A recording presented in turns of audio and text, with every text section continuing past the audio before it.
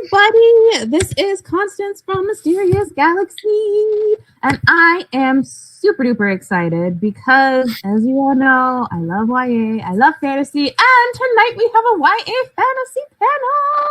So it does not get much better than that in my very biased opinion, and I don't care that it's biased because tonight's event is awesome.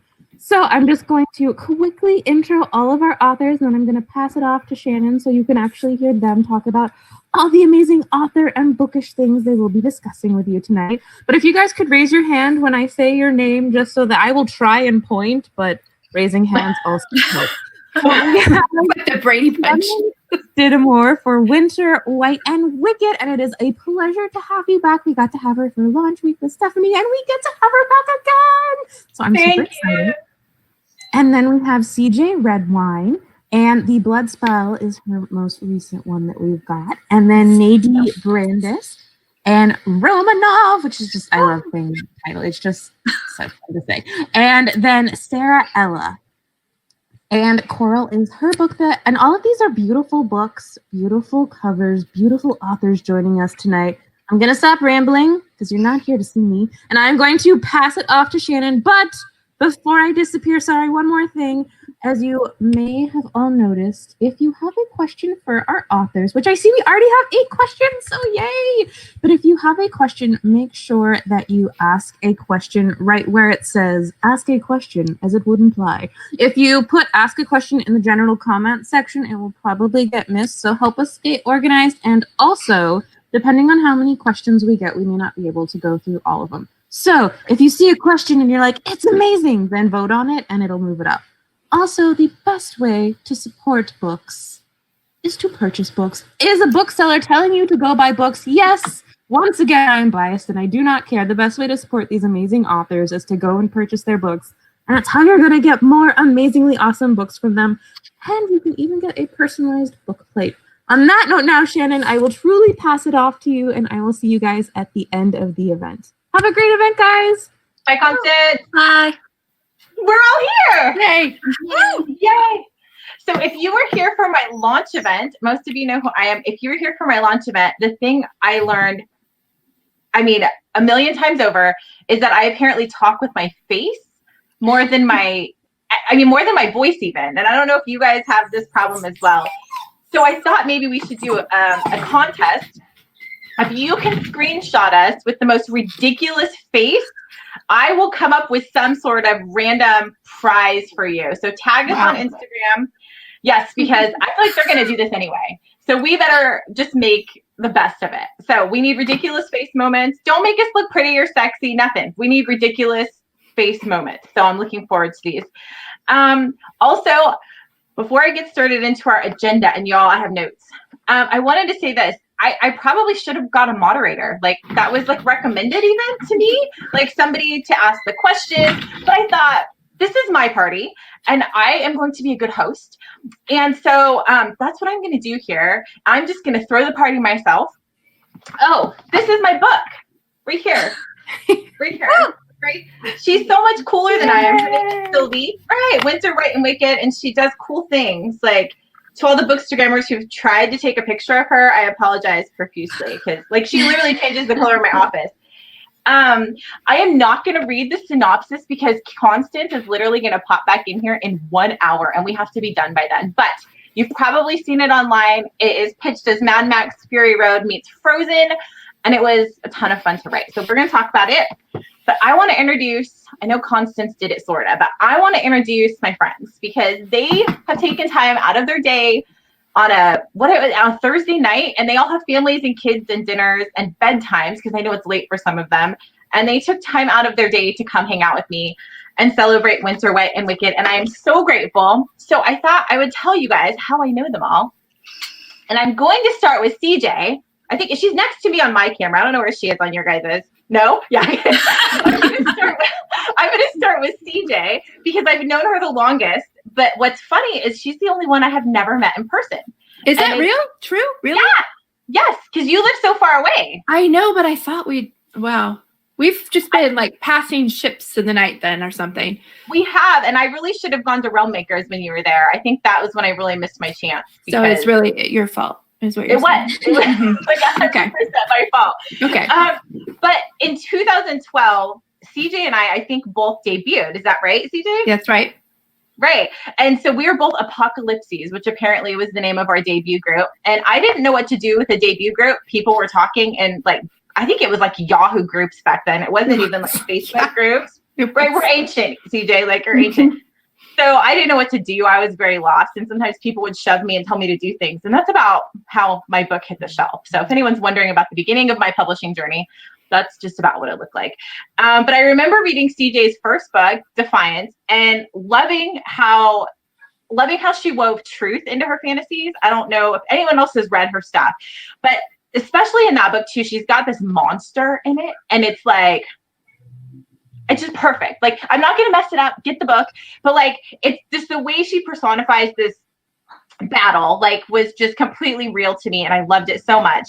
Her Ravenspire novels are the same. I remember her talking about them one time, about how she felt, you have to correct me, CJ, if I'm wrong, but how you felt like you could do Once Upon a Time, but better. And is that about correct? Close. It was Snow White and the Huntsman. I was angry about that and wanted to do it a different way. And you should be angry, right? I feel like you should be angry about that one. And you totally did do it better. Your fairy tale reimaginings have truth woven into everything. And I love getting lost in them, you know?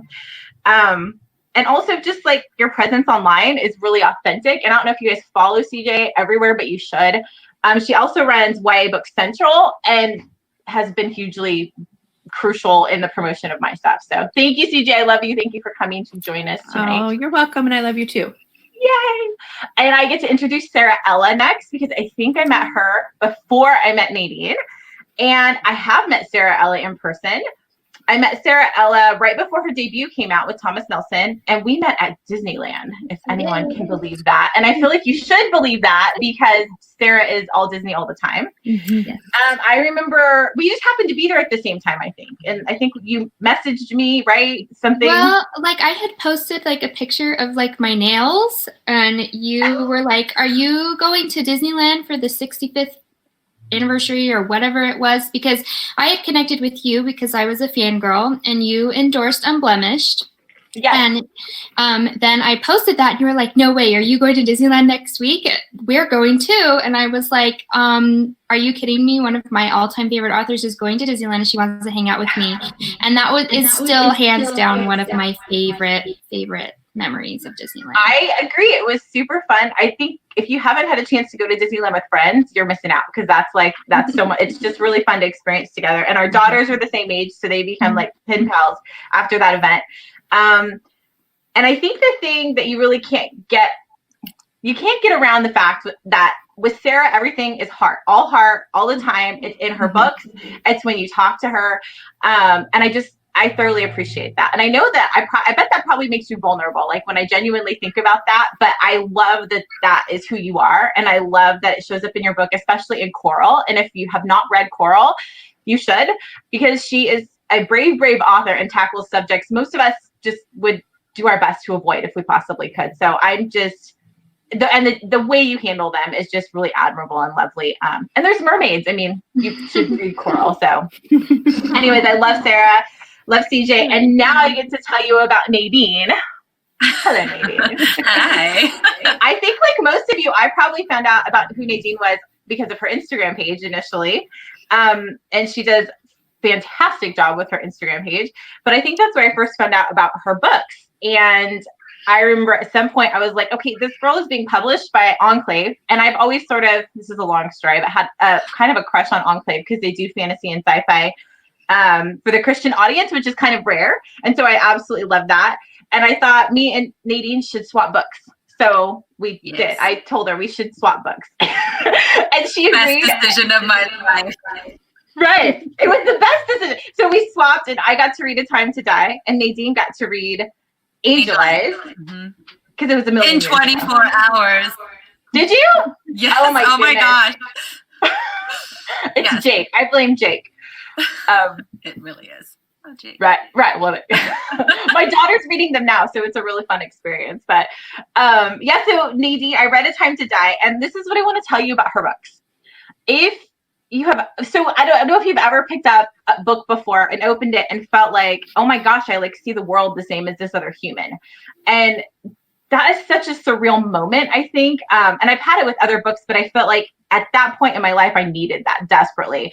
Knowing that my worldview was not abnormal or strange, but that other people saw the world the way I did. And so fell in love with Nadine's books. And I do remember, I did run into her in person as well. I saw Nadine at a writer's conference where I poorly managed my time. I would like you all to know that Nadine had all the fun. Her and the other car. Right. You took my car and all the cool kids went and got bubble tea all the time, like 25 times while we were there for 4 days. And I was like, no, I have to meet with this person. And no, I let people sign me up for every minute I had. And I didn't go anywhere. And they were the best. I know, it was really sad. But Nadine was amazing. And I remember hearing about her book deal for Fox. And my first thought was, why didn't I think of that idea? Like, that's like the best idea ever. Like, somebody totally needs to write a Fox fantasy.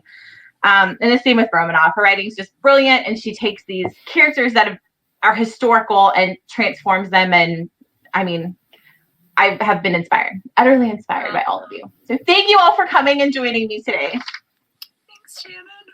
Yay. Okay. We are doing giveaways, my friends, giveaways. And I feel like I must tell you about this now so we don't forget. As Constance said, there's an ask a question box down at the bottom of your screen. And this is how you are going to enter our giveaways. And it is by asking us questions. And at the end of the evening, I will select 4 random winners because each one of us is going to offer up a book of ours signed. Do you know which books you guys are going to offer? For me, whichever one people want. Okay, cool. So Coral. Okay, so we've got Coral from Sara Ella, and Nadine is going to be Reader's Choice of her books, and CJ is going to offer up Blood Spell, which is amazing, and I'll do Reader's Choice of mine because if somebody already bought Winter, you can still pick one of my other books as well, of which there are basically angel books, so you can have snow or you can have angels.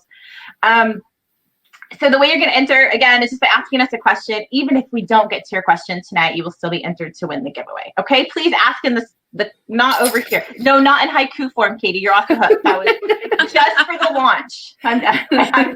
You don't have to do haikus, but thank you for returning.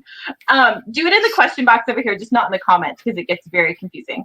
Okay, now that I've talked a lot, so much, and I've given you lots of opportunities to get silly pictures of my face, I am going to ask questions of my panel. And I'm going to do it in a very tricksy way, which allows me to tell you some things about Winter, White, and Wicked. All right. Question number 1. Are you listening, panelists? We're listening. They are. Okay. The hardest thing about writing Winter, White, and Wicked was doing all of my world building from inside the cab of a truck. So if you've read Winter, White, and Wicked, they're in the cab for so much of the for so much of the journey. And that was tricky to like explain my world, to show off the people in it. Yeah, but every single one of you are so gifted at creating unique, fantastical worlds. And I want to know what each of you find most challenging about world building. CJ, do you want to go first? Sure. World building is actually one of my favorite things to do. And I can get lost in it and maybe spend a little too much time and develop so many things because you need to have maybe 60, 70% more than what you actually put on the page.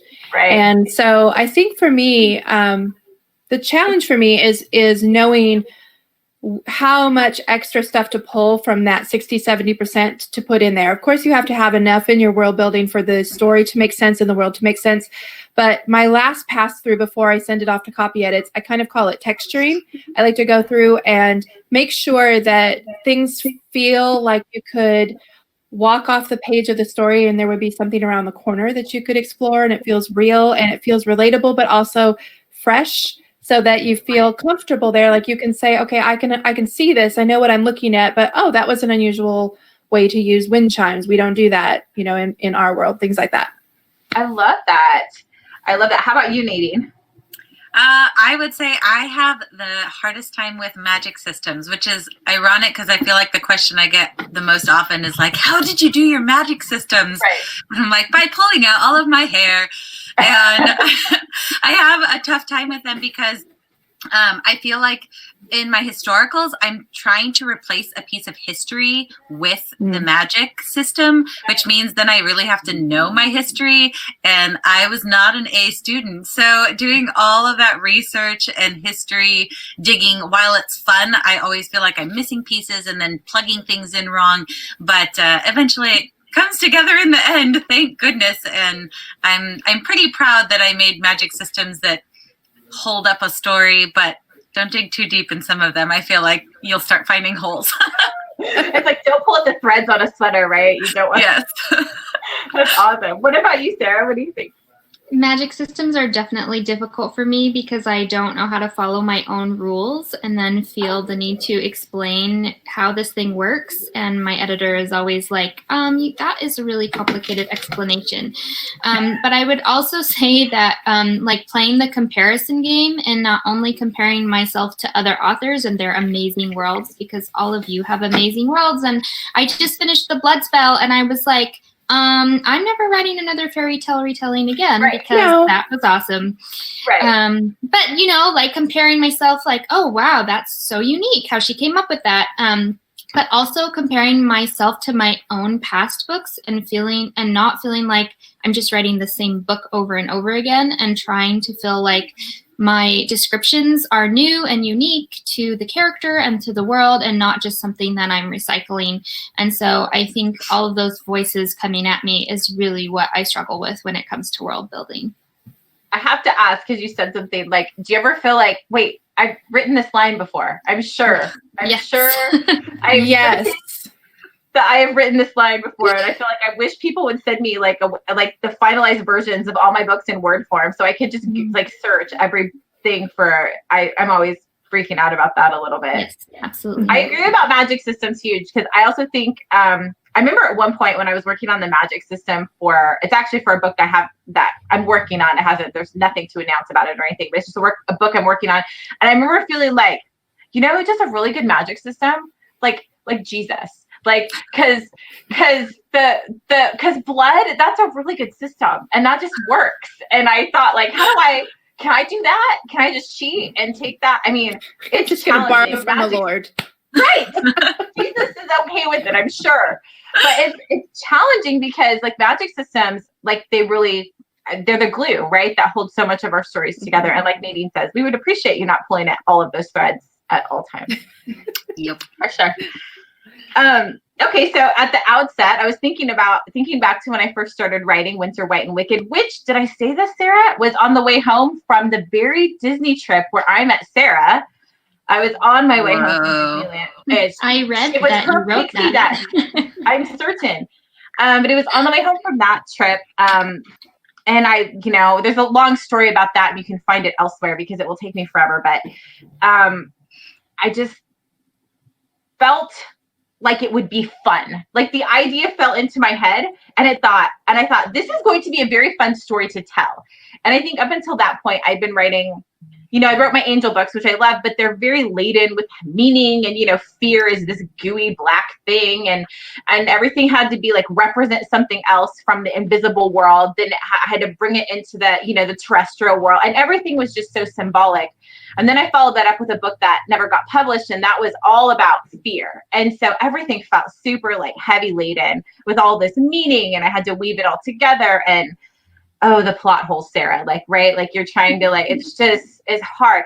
And I kind of felt like I just want to tell an adventure. Like I want something Indiana Jones-esque, something with like a Han Solo character. And what's really funny about that is as I started writing, like eventually like meaning and metaphor, they clobber you and they end up like gluing themselves to your story, whether you intended to write them or not. I think your worldview comes through. It ends up landing on the page anyway. And I was happy with it at that point because I had worked myself into a place where I, was ready, absolutely ready to have some meaning.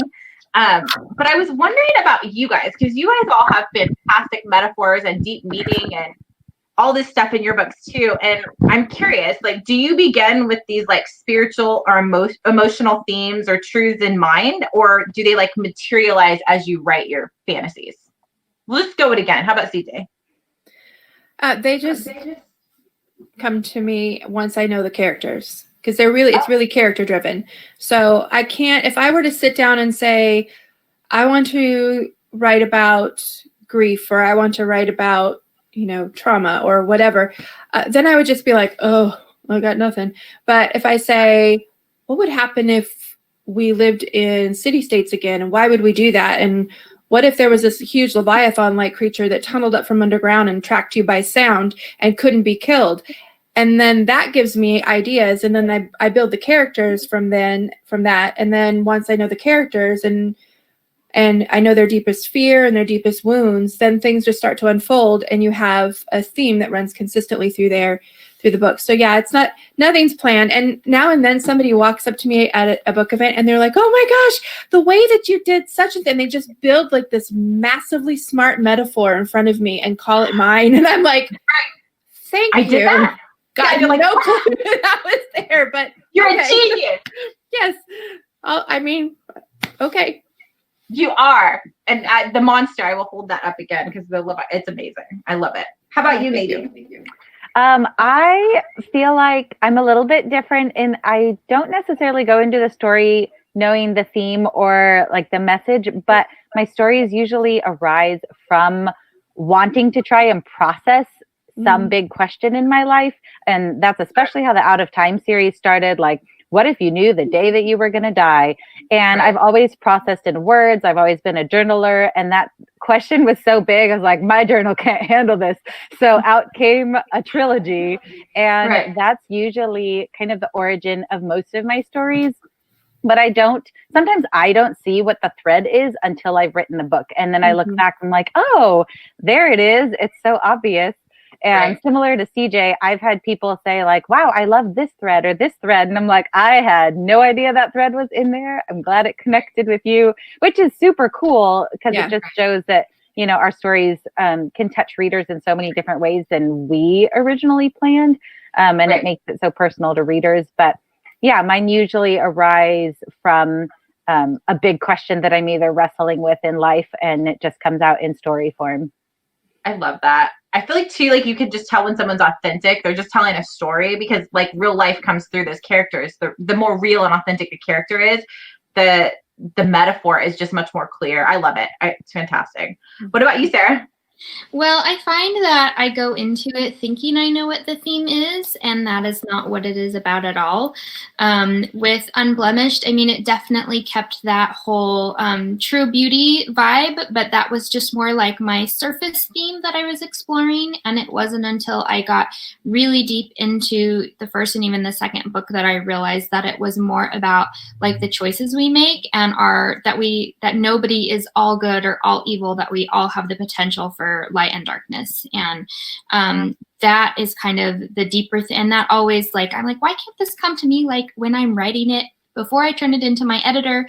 And the same thing with Coral. I didn't even realize it was about mental health until I turned in my first draft and I came across the quote by Hans Christian Andersen that says, a mermaid has no tears and therefore she suffers so much more. And I was like, oh my gosh, like how relevant is that today? And like people who are dealing with depression and anxiety and feeling like they have to like suppress and not talk about it and just put on this face. And so that was how that came about. And then with my current project, I kind of went into it with these kind of like, oh, well, I definitely want to write about these kinds of themes. And now that I'm about halfway through it, I'm like, oh, wait, actually, this book is kind of about something totally different than I thought it was. So I just kind of go with it and understand that it's never going to come at the beginning, but it always comes by the end, usually after I've turned in my first draft. Right. Let me ask you this then, all of you. I find like with Winter, Wet, and Wicked, what ended up, becoming the deeper meaning of the book was a journey that was very similar to what I was going on myself.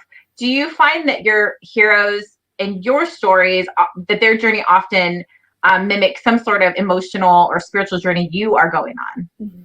Oh, yeah. Yes, very, very much. 100%. I don't feel quite so alone then, because I feel like my process of like being a discovery writer, this whole me trying and failing on the page is really like reminiscent of what my character is doing as she goes through, you know, her trying and failing to eventually succeed. And it's almost, this sounds so silly. They're going to laugh at me, but like, I feel like it's like a spiritual experience. Just the writing of the book for me specifically is just, it's what I do, right? I mean, that's how I wrestle with all these themes. So I love your guys' answers. You are not alone. Great. Yay. I love that. That's very helpful. Oh, and this one's fun. And you know what? It doesn't matter. Okay. I will get off on a tangent. But so anyways, Winter, White and Wicked was pitched as Mad Max Fury Road meets Frozen. And I've really leaned into those comps, primarily the Frozen comp, because it was just really how the story idea came to me was huge. But Mad Max Fury Road as well, especially in the construction of Sylvie's ice rig. And I drew inspiration from both of those stories. But the three of you have also drawn inspiration from other tales, mostly either fairy tales or, in Nadine's case, historical characters or events. And so I have a question for you. I actually am terrified of trying to rewrite or reimagine a fairy tale. I don't think that that's the type of writing I could do. It just doesn't seem like I would know what I was doing.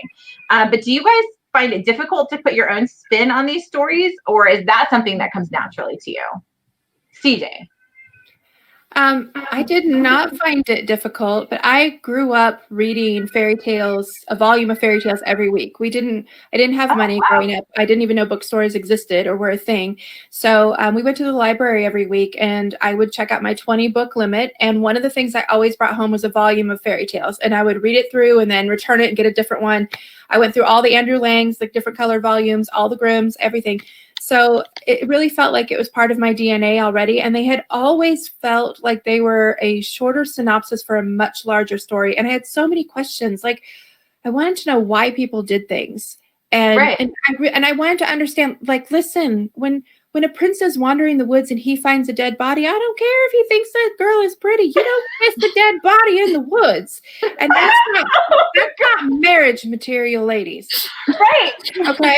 If you learn nothing else tonight, don't marry the guy who kisses you in the woods when you're dead. Okay. Right.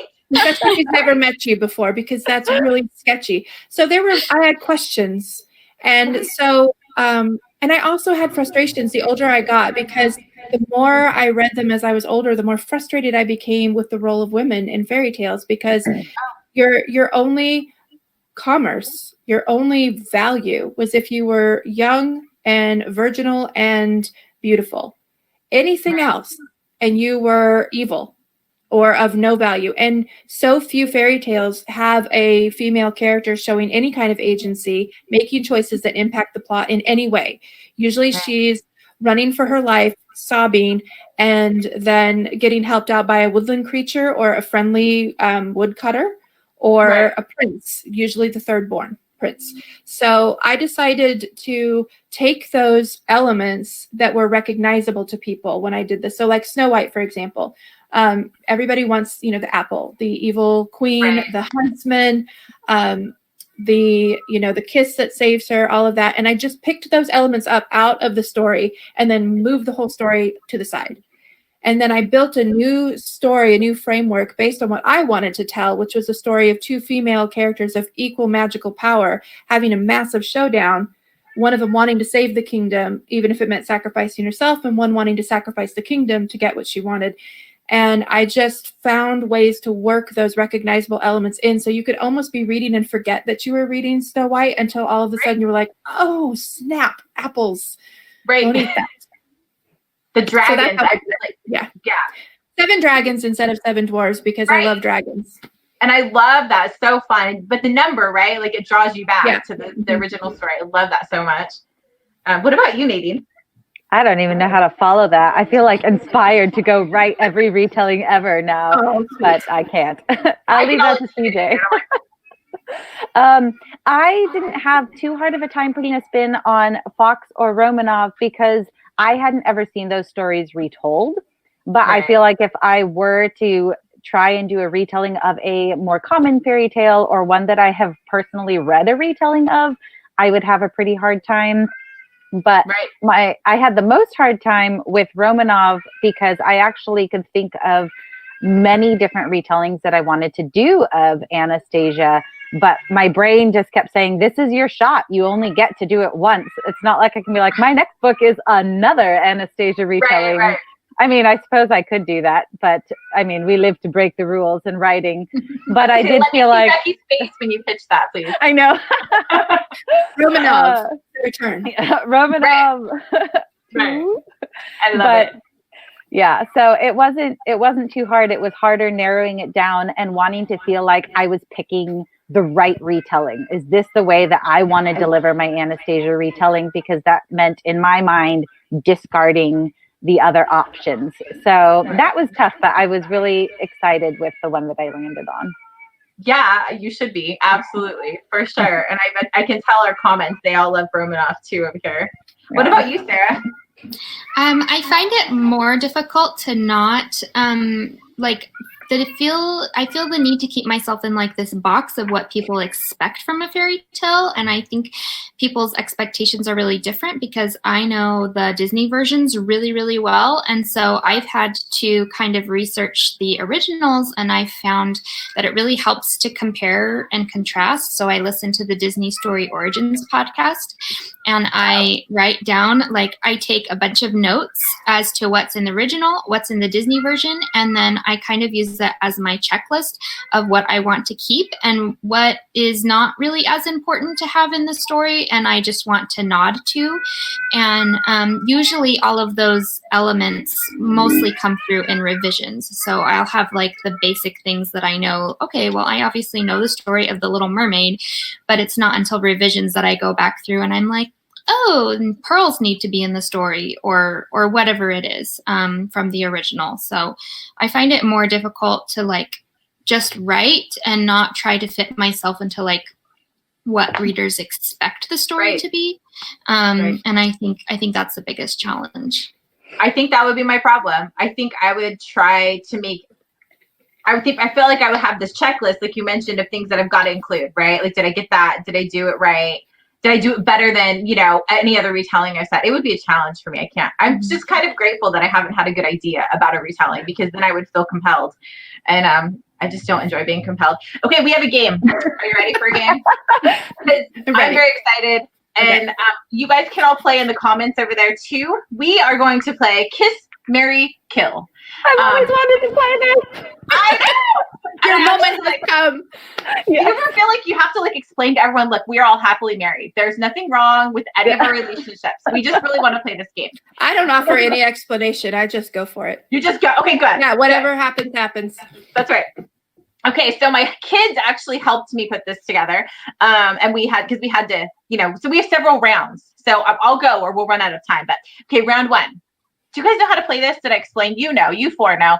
Comments. We have to decide. I'm going to give them 3 Disney gentlemen because and they are going to have to decide which of them they would kiss, which of them they would marry, and which of them they would kill in whatever way they feel is necessary. So I'm ready. CJ, I go to you first. It's going to be the same 3. So Sarah and Nadine, you have moments to think about this. We have Prince Eric, we have the Beast, and we have Li Shang.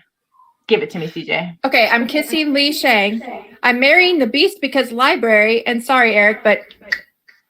I actually totally get behind Li Shang thing. I'm sorry, but yes, absolutely. Nadine. Well, she took mine. I feel like I should shake it up, but I'm not going to. I would kiss Li Shang. He's too noble to kill. I would marry the Beast because of a castle, and I would kill Prince Eric because he fell in love with 2 women. Sorry. Rough. That is so rough. Sarah, what did you got? Is the Beast Prince Adam, or is he still the Beast? Ooh. Listen, here's the thing. That would change things. Yeah. Well, listen. I know, the library still exists. I have to kiss a bearded husband, so do you. So this is the Beast.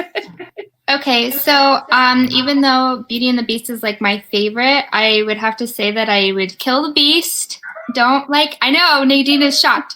I would marry Prince Eric because he also has a castle, Nadine, and it wasn't his fault that he fell in love with Vanessa. He was under a spell, and every castle has a library. And then I would kiss Li Shang. I would like you all to know that we would all kiss Li Shang because that is also my answer. So go Mulan. And I think that I would definitely have to kill the beast because then I could sing "Kill the Beast." Kill the beast. There's a whole song out of it. Right? And then it can become musical. And then Prince Eric, I mean, he has a house on the beach. And that's just like, I don't even really need him. I just need the house on the beach. So that's my round one. All right, you guys ready? You guys can play over here in the comments. Anyone over here? They are. There's a lot of people kissing Li Shang. I like it. Okay. All right. Somebody likes the beast more than they like Adam. We get it. I do. I totally get it. Okay. Yeah. Round two, we have Prince Charming. We have Prince Naveen. And we have Eugene Fitzherbert. CJ. I mean, I'm marrying Eugene. Please. He's the best Disney prince there is. He's perfect. Yes, I marry him. I'll kiss Naveen, and I'm sorry, but Charming's got to go. He doesn't do a whole lot anyway, right? No, I don't want a man as an accessory. Right. We have purses for such things. Nadine, what would you do? Well, apparently I want a man as an accessory because I would marry Prince Charming and I would kiss Eugene because he's a rascal and it just sounds fun. And sorry, Prince Naveen, but you're just left over. Right. I mean, if you think about Eugene, he makes the kissy face, right? Yes, the smolder. Exactly. The smolder. The smolder. Right. Sarah, I have no choice. Your turn, Sarah. What would you do? Well, I feel like I'm overthinking all these questions because is it Prince Charming from the cartoon? Is it Kit from the live action? Or is it the Prince from Ever After? No, I would have put Kit. I would have put Kit. So you have to go with cartoon, Prince Charming. Okay, so yeah, no cartoon Prince Charming. I would kill him because he's like doesn't have a name. And then obviously I would marry Eugene because he is the best, like CJ said, and I would kiss Naveen. I have to say that mine's exactly the same. It's the same. I have to interrupt because I was thinking Prince Philip, not Prince Charming. Oh wait, he's coming later. Now I'm stuck in a marriage that is nameless. Look what has happened to you. Look what has happened to you. You can still kill him, though. It's okay. We'll look away.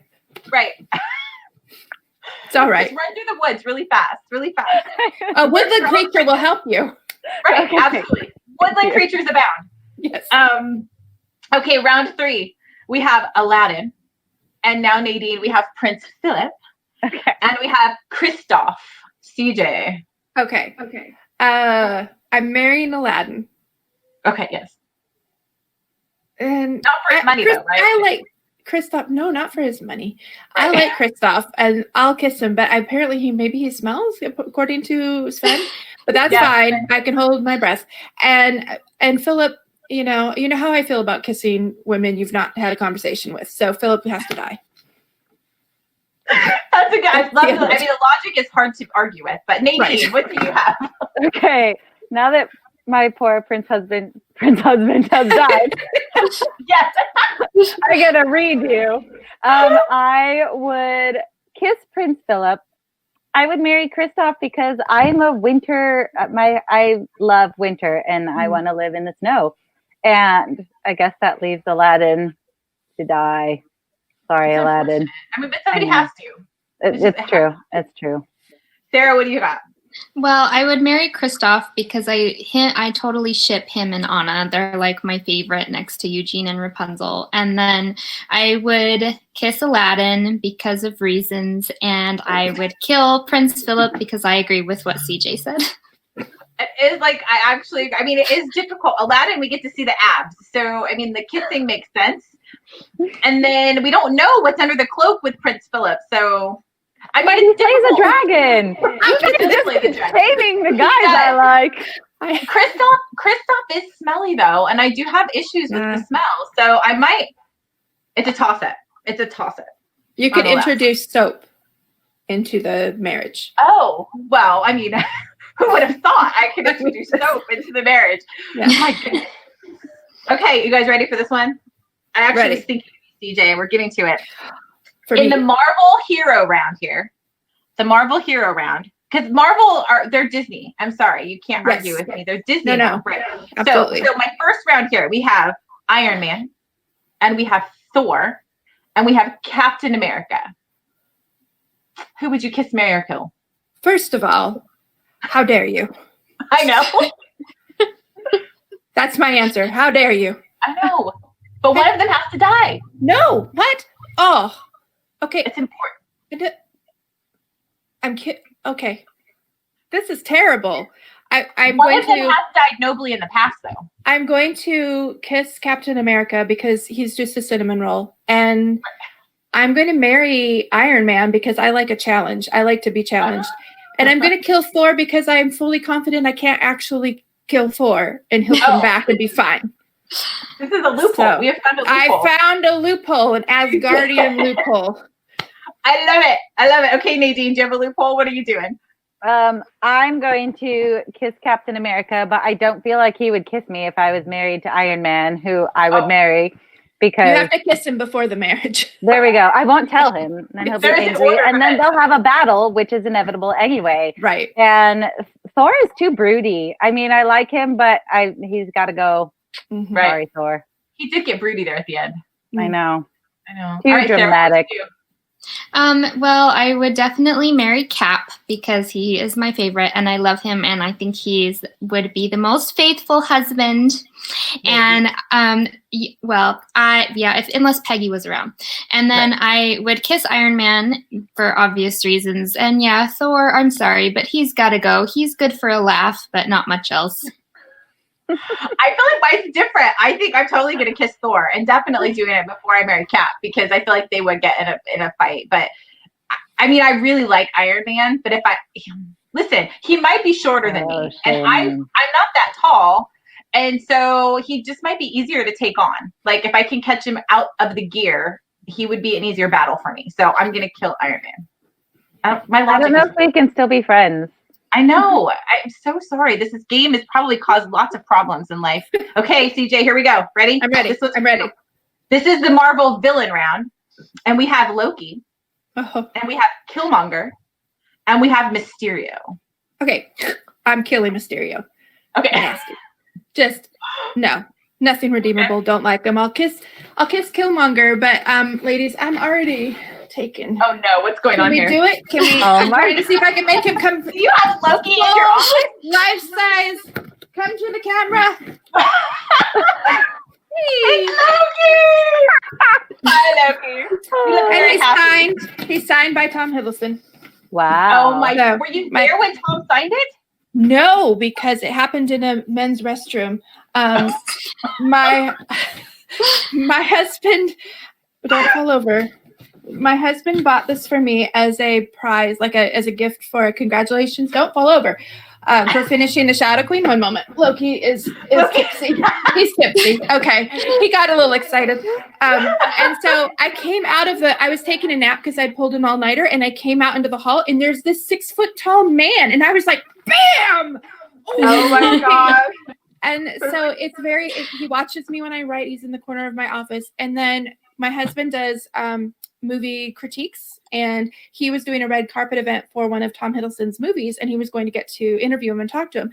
So he brought this with him, but the publicist rushed Tom through the line, so he couldn't actually talk to him and for more than a second, and couldn't whip out the cardboard cutout and explain that he wanted him to sign it.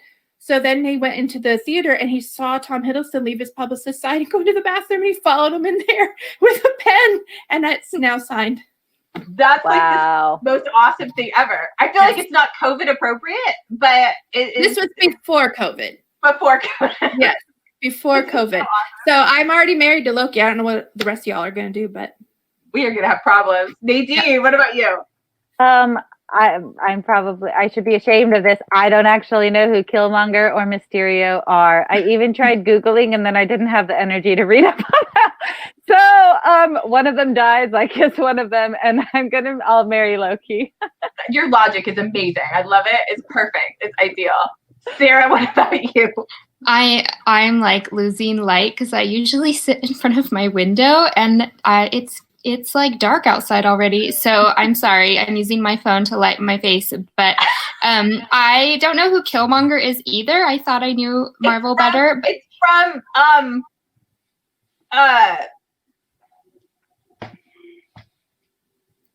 hang on. I can't help you because Yes, You I don't have. know oh, Black Panther. Wait, it's Black Black Panther. Panther. Oh, I'm reading okay. the comments. Am I supposed? So I should have known that because I've seen the movie. Is he a good guy in Black Panther?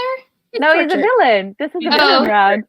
Okay, well, I will kill Mysterio because I agree that he's just like ew, and I would marry Loki, and then I would just kill Killmonger. Or wait, no, what did I say? Kill Mysterio, kiss Killmonger, and marry Nobody Loki. gets kissed. Something. I don't know. I think that's a good order. I think I would kill Mysterio. I would kiss Killmonger, and I don't know, CJ. Can Loki have more than one wife? Is that what's going to happen? So yes. He's a villain, of course. Right. He's a god of sorts, so he can do whatever he wants. Apparently, if it's okay with the panel, can I skip our Star Wars round because I'm looking at our time bleeding away from us? Go. Okay. CJ is going to ask me a question now, friends. That's what's going on. Okay, so I get asked a lot of questions about how I manage my life, and I don't know if it's pity or if it's like, girl, but I have 5 children and I run a couple of businesses, plus I write, and so I get asked all the time, how do I manage my time? And so I'm always curious to hear from other writers. Do you have a writing schedule, or does that not work for you? How do you, because you're busy too, how do you manage a writing career plus mom, plus friend, plus wife? Right. I think when my babies were little, like I just wrote whenever I could find 5 minutes. And I was always I think your psyche's different at that time. Like I was just so grateful for that time that I could sit down and just dump words on the page. It was different for me then. I was exhausted half the time, but I was just so excited to have me time that I was able to do it. But now that my kids are older, I try, and your responsibilities change because I don't want my kids, their understanding of their mom is that she is always in the office working. So when they're home, I try to keep my, door open, and I try not to be working when they're home. So nowadays I do have a schedule where I work. Most of the time I try to work while they're in school, and I don't usually even work Saturday or Sunday unless I'm on a deadline or have to get something turned in. So I do try and stick to a schedule. And I remember when my kids first went, my daughter she's my youngest, and when she finally got into first grade, I remember telling my agent, if I can't get a book written in 6 hours a day, then that's my own fault. Like I have more time now, and I've been chasing children around for years, so now I have at least 6 hours by myself. Right now with COVID, I don't even know how books are getting finished, but yeah, I do have a schedule, so it has kept me sane, and it's kept my family much happier than when I didn't have one. So I love that question. Oh, okay, Nadine I have a question. Yes. So I remember you telling me about the idea for Winter, White, and Wicked way back when I stole your car, and how it has been this long process of waiting. And I just wanted to know, how do you maintain like energy and motivation and hope and encouragement just through that waiting period, and fend off all of the doubts that inevitably come just being a writer? Right. Just being around. Yeah. I tell people this all the time, and maybe you're going to think I'm a lunatic, but I have a way of like, it was hard. I'm not going to say that there weren't hard days, and I really think somebody asked me that this week, like, have you ever had a moment where you thought you would just give up and walk away? And the answer is yeah, absolutely. Sure. And I think that's healthy. I feel like if you are going through, an up season or a down season, you have to look at yourself in the mirror occasionally and say, do you still want to do this? Like, is this good for your family? Is it good for you and your family? Is it healthy? Would it be better if you put it down for a while? Like, and genuinely ask yourself those questions, I think that's healthy. Because the truth is, once you do start writing, it's difficult. And you're going to hit really hard. You're going to have to deal with people's opinion on your work, and you're going to have to deal with a bunch of input that you weren't looking for. And you have to be kind of armed for that, And so I have a way of reframing things in my brain all the time. Like when I get a bad review, or if somebody just says something off the cuff that hurts my feelings, which happens, I have a way of being like, you know what? Everyone's journey is very different, Shannon. I literally talk to myself all the time.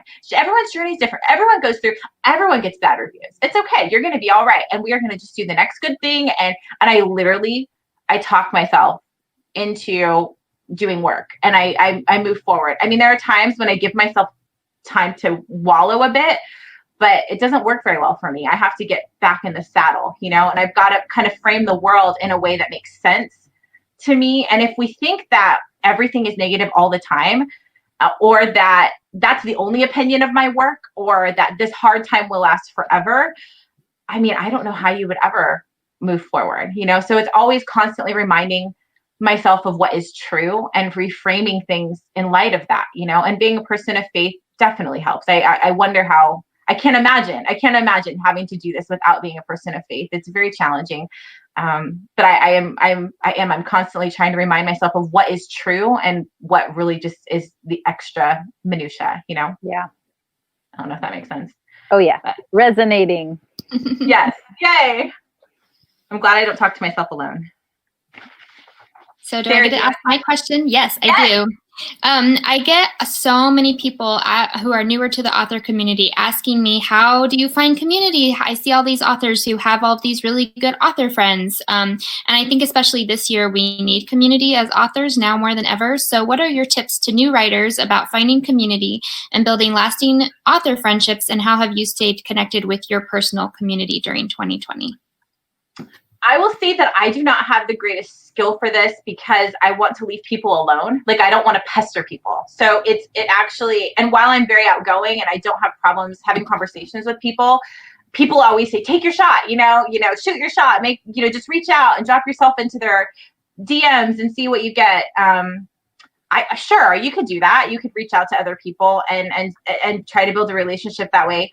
And I think maybe that works for some people. I think for me personally, it's been when I have something in common with somebody else and we actually have something genuine to build on, then we can talk, we can have a conversation about something genuine. And in that situation, I would definitely reach out and say, we have this thing in common. I'd love to talk to you about it or whatever, and try to build. I run into this a lot, Sarah, where I just feel like I don't want to bug them. I know, like CJ said, we all have a million kids and we all have, lots of things going on in our lives, and I don't want to pester somebody. But I think that community is that important, and you have to find a way to make it happen. I would suggest for sure, if you have the opportunity, Becca, I get it. Yes, if you have the opportunity to go to a writer's conference, or even attend any of these virtual ones that seem to be more affordable and definitely easier to get to for most people, just anything that you have that's in the book community where you get to meet people. The first people I ever met were at a critique group. Most of them were much older than me, and they all wrote devotionals. And they knew what writing was, and they could talk to me about that, And then I met my first kidlit writer at a library event, Jenny Lundquist, and I love her, and I love her writing, and she's become one of my my greatest supports, really. And Jill, you take advantage when somebody reaches out to you. Jill Williamson found me, and oh my gosh, when you have no idea where to even look for community, you just latch on. Poor Jill. I was like, oh, somebody knows who I am, and it's amazing, and you just latch on to people. And, I know it's hard. We don't want to pester people, and so much is online these days, but if you can find something that you genuinely have in common with someone, and then I always give people an out, if they don't have time, that's okay. It's not personally offensive. You're just looking for community. You don't have to, it doesn't have to be immediate, and you give people an out. So just remember to be a kind human when you reach out to other people, I think, and just be yourself, because this is hard enough to do this job without trying to keep up some kind of a facade, for much longer than you have to. So that is my advice. Ooh, good advice. I'm sorry I talk so fast, but it makes getting everything said in an hour better. It's good because we only have 4 minutes. Yay! Okay. Should we do our 2 truths and a lie, or should we take questions from the audience? We should probably do questions, I think. Okay. We'll figure out a way to do 2 truths and a lie somehow in our stories or something. We'll have a conversation. So I'm going to look down here at our questions. There's 51 of them. Woo! We'll answer super fast. We don't all 3 have to answer either. Right. Maybe we'll just take turns. That's a very good idea. Okay. Here's one that has 7 votes. Oh, this is a good one. CJ, what's your go-to when you are feeling discouraged about your work in progress? Usually that means that I need to step away from it for a while, and I go just live life and be present with my life, be present with my family, be present with my kids, take a walk, watch a show that I really love, maybe read a book, something like that. But I just have to refuel my creative well and then let it play around in the back. A lot of times movies do that for me, watching a movie and letting it play in the back of my head until suddenly the answer is there. Oh yeah. Netflix. Nadine, for you, how do you write dialogue so the character's personality can be heard when they speak?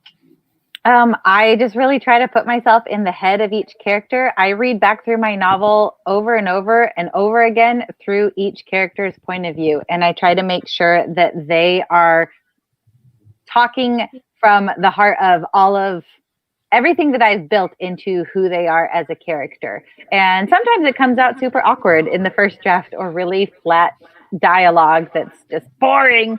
But eventually I go back through and I try and tweak everyone. Have faith in the editing process. I cannot stress that enough. First draft might just come out so boring. I agree. Sarah, I have one for you. Ready? Mm-hmm. Do you have any tips or advice from someone really nervous about publishing a book? Fears like wondering what people will think, if it's good enough, what if it falls flat? I just spoke about this in a workshop that I taught in September, and the shortest, quickest thing I can say to you is there will always be somebody who hates your book. There are people who hate all of our books, even though, one of us happens to be a best-selling author.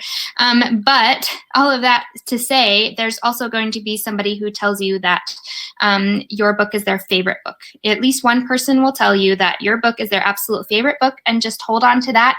And just remember, you are someone's favorite author. Right. I love that. Me too. I'm going to ask you guys this in just one, say yes or no, and that's it. Do you know the ending of your books going into writing them? CJ? Yes. Sometimes. Maybe. Oh, sometimes. Sarah? Yes, but how I get there is different from what I think. And my answer is no. I don't know. I have an image, the idea. All right. CJ, what topics or themes do you like to bring to light? And we already did one on that. I love you, Jenna. We already did one like that. We actually, can I say something real quick? We only have 1 minute and we are going to do giveaways. Might we announce the giveaway winners on your Instagram story and they can contact you on Instagram with their address since we're running out of time here? We can. Absolutely. And I think actually too, so you guys know, you're going to be able to come back into this event, this virtual event, and we'll list them here in the comments section. So if you don't know if it's you, you can find them here and get a hold of us. Okay. Perfect. Oh, thank you, Nadine. Thank you. It is Shannon. I don't know what I said a minute ago. I'm sorry. We can't do Dreamcast. We don't have time. I'm going to keep talking till Constance cuts us off. Yes. Oh, here's just a genuine. I bet you somebody can answer this. Laura says, once you are published in one genre, are you stuck there, or can you hop around to different genres? I'll answer. Hop around. Yeah, sorry. Yeah. You're not stuck. The problem is that sometimes everyone wants you to write a certain thing. So your agent may have an idea, your publisher may have an idea.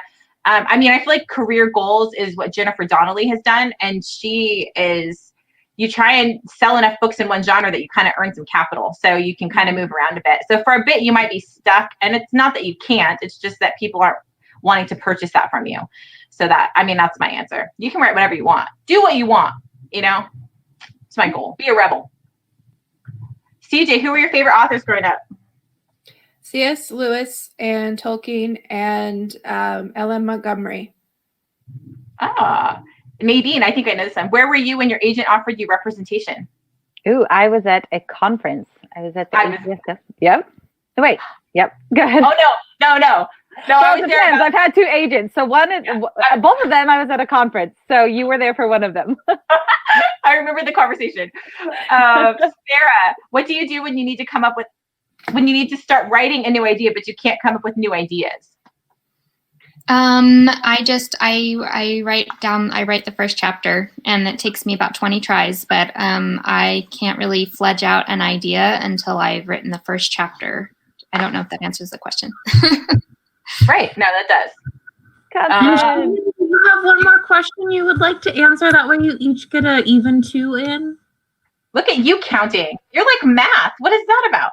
Oh, well, I have you fooled and will not tell you of the mathematical struggles that happened yesterday when trying to calculate book prices. I have an easy answer to this one. Angeline says, where do you get your ideas for your characters? Do you base them off people you know? I do not. I'm all instinct all the time. So it's just as I'm writing what seems to fit that character. And sometimes that means I have to get rid of a character later because my instinct was wrong or whatever, which was sad. I have a story about a character named Helly. One day we'll talk about him. Kill your babies. Kill your darlings. I know we have. If we go over a minute or two, it's fine. But I wanted to say, I think one of the best ways to end an event is to hear what you guys have coming out next. Shannon, I know you can't speak about it, but let me just tell you people, you want to know what it is just as badly as I do. So just stalk her on social media until she can announce it. It's true. Shannon, I'm sorry I just answered for you because I'm stalking you on social media to hear your announcement about it. So that's good. I'm so glad. I like stalkers. But CJ hasn't told us. I have two things coming up. One is my next YA. I don't have a release date yet. They've moved it several times because of books being moved around because of COVID. Yeah. But it is called Rise of the Vicious Princess. It's the first book in a political fantasy duology. I have a Slytherin princess and a cinnamon puff of a prince. And, right now. I also have a middle grade that is coming out from Audible Original. I also do not have a release date on that, about a small mountain town in eastern Tennessee where people go missing and no one ever goes looking. Wow. I like that a lot. That's I'm from Tennessee, so I'm like, yes.